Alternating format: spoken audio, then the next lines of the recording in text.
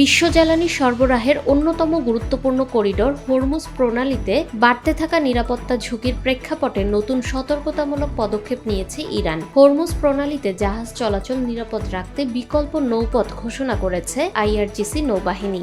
সম্ভাব্য সমুদ্র মাইনের ঝুঁকি এড়াতেই এ সিদ্ধান্ত নেওয়া হয়েছে বলে জানিয়েছে সংশ্লিষ্ট কর্তৃপক্ষ।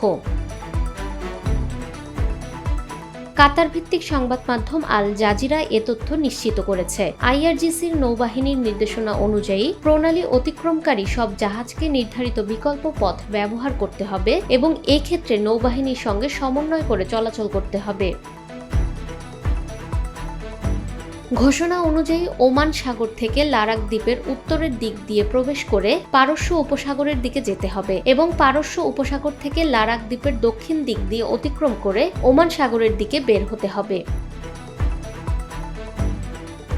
আইআরজিসি নৌবাহিনী জানিয়েছে, নির্ধারিত এই রুটগুলো অনুসরণ করলে জাহাজগুলো ঝুঁকিপূর্ণ এলাকা ও সম্ভাব্য সমুদ্র মাইন এড়িয়ে নিরাপদে চলাচল করতে পারবে। বর্তমান আঞ্চলিক উত্তেজনার প্রেক্ষাপটে বিশ্বের অন্যতম গুরুত্বপূর্ণ এই নৌপথে নিরাপত্তা নিশ্চিত করতে এমন পদক্ষেপকে তাৎপর্যপূর্ণ হিসেবে দেখছেন বিশ্লেষকরা।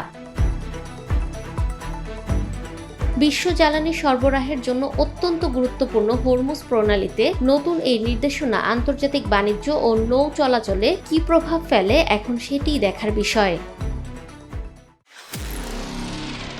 নিরপেক্ষ, সত্য প্রকাশে আপোষহীন।